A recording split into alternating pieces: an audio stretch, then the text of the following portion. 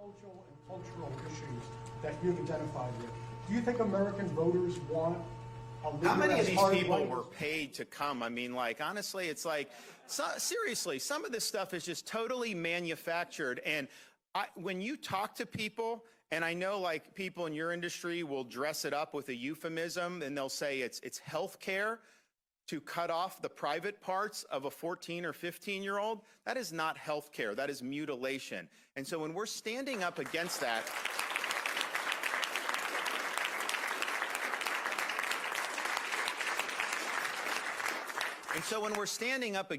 we're protecting these kids.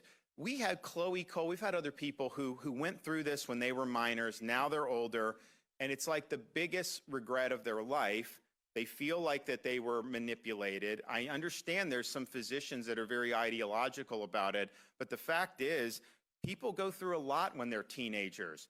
You grow out of it most of the time in these situations. 80–90% resolves by the time you get there. Sweden, these European countries that went down this road have done a big U-turn. They said this is not good medical practice, and so they don't do it anymore. So all we're doing is doing what's right. The idea that this would have been something that people would have even been controversial, even like 10 years ago, would not have been something that anybody would have said anything about. And I just think, you know, when you're talking about this stuff, talk about what did the legislature do? The legislature prohibited doing things like double mastectomies. They prohibited doing things, you know, with male private parts that are very graphic. They prohibited pumping these minors with puberty blockers, which is just not something that it's appropriate. So I think those are appropriate guardrails. Look, there's some parents that this is something that they want to go down that road. But I think a lot of parents,